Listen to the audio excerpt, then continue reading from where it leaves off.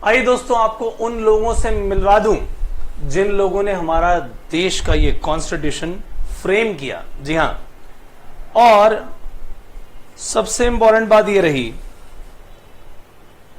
कि जो कॉन्स्टिट्यूशन बनाने की तैयारी पहले से शुरू हो गई थी। जी हां, देश आजाद तो 1947 में हुआ, लेकिन ऐसा नहीं कि अचानक से बोला अंग्रेजों ने कि हम जा रहे हैं तो जा रहे हैं। उसकी तैयारी पहले से शुरू हो गई थी, राइट। यानी उसके आसार जो थे वो 1-1.5 साल पहले से ही नजर आ गए थे कि अब आने वाले समय में इस देश को हमने वापस इंडियंस को हैंडओवर करना है, तो उसकी तैयारी शुरू की जाए। और हमारे यहाँ के बुद्धिजीवी आपस में मिले और किस तरीके से देश को आगे चलाना है, ये धीरे धीरे करते करते जो है फिर जाके आखिरकार 15 अगस्त 1947 को हमारा देश आजाद हुआ। तो भाई, फ्रेमिंग के समय ये काम हुआ था। किस समय?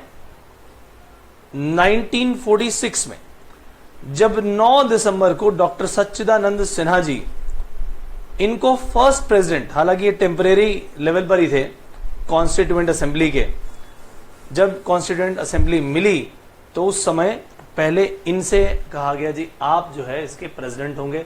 बातचीत हुई, बट कुछ ना कुछ किसी ना किसी कारणवश 2 दिन बाद दिसंबर 2011 के दिन डॉक्टर राजेंद्र प्रसाद जो हमारे देश के प्रेसिडेंट बने, वो प्रेसिडेंट ऑफ कॉन्स्टिट्यूएंट असेंबली बने, और डॉक्टर भीमराव रामजी अंबेडकर जो हैं वो चेयरमैन बने इसकी ड्राफ्टिंग कमेटी के।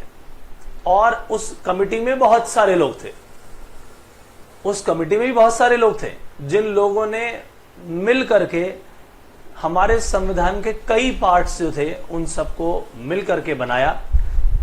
कमेटी में भी लोगों को डिवाइड कर दिया गया था, जी ये आपका काम है, ये आपका काम है। फिर एक एक करके सब पर चर्चा हुई, हर तरीके की चीजों को लाने के बाद, और पूरे विश्व में जितने भी कॉन्स्टिट्यूशन हैं उन सब लोगों को यह हिदायत दी गई थी कि आपको पूरी दुनिया के कॉन्स्टिट्यूशंस को देखना है और उनमें जो सबसे अच्छी बातें हैं वो लेकर के आनी है, और फिर उन सब बातों को अपने देश की पोजीशन, हमारे देश की विविधता, कितनी सारी भाषाएं हैं, कितने सारे रिलीजन्स हैं, और तरह तरह के लोग हैं, तरह तरह के कस्टम हैं, तो पूरी सोसाइटी को देखने के बाद उन सब के बाद ही उन्हें अप्लाई करवाया गया।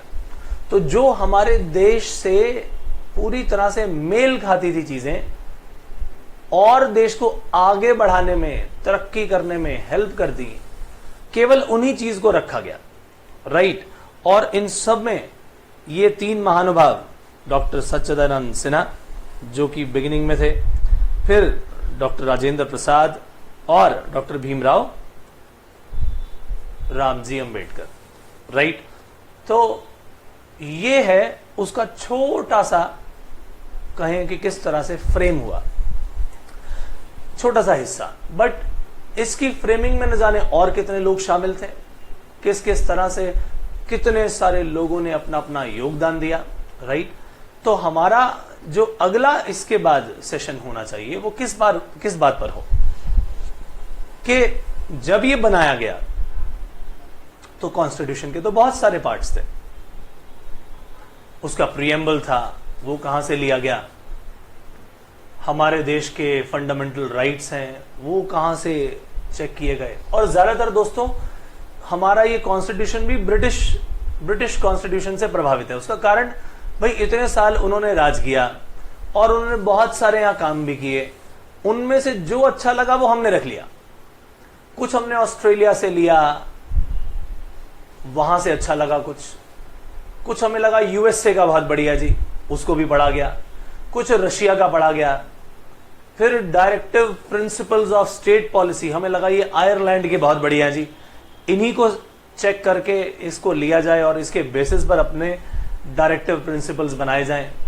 यूएसए का फेडरेशन बहुत बढ़िया है, उसको लिया जाए। कनाडा में जिस तरह से काम होता है फेडरेशन पर, फेडरल स्टेट्स पर, वैसे उस चीज को फॉलो किया जाए। तो न जाने कितनी चीजें देखने के बाद जाकर के हमारा ये कॉन्स्टिट्यूशन दोस्तों तैयार हुआ। और जब ये तैयार हुआ तो दुनिया का सबसे बड़ा ये लेंथीएस्ट कॉन्स्टिट्यूशन है दोस्तों, lengthiest in the world, right. So अगले सेशन में हम बात करेंगे कि आखिरकार कॉन्स्टिट्यूशन के कौन कौन से हिस्सों को हमने कहां कहां से रेफर किया। और रेफर करना कोई बुरी बात तो है नहीं दोस्तों, जो चीज अच्छी लगे उसे फॉलो करिए, जो चीज ठीक ना लगे हमारे देश के हिसाब से उसको छोड़ दीजिए, राइट। सो ये सब किया गया और इसका डिस्कशन करेंगे हम अपने अगले सेशन में। तब तक के लिए मुझे इजाजत दीजिए, बाय बाय।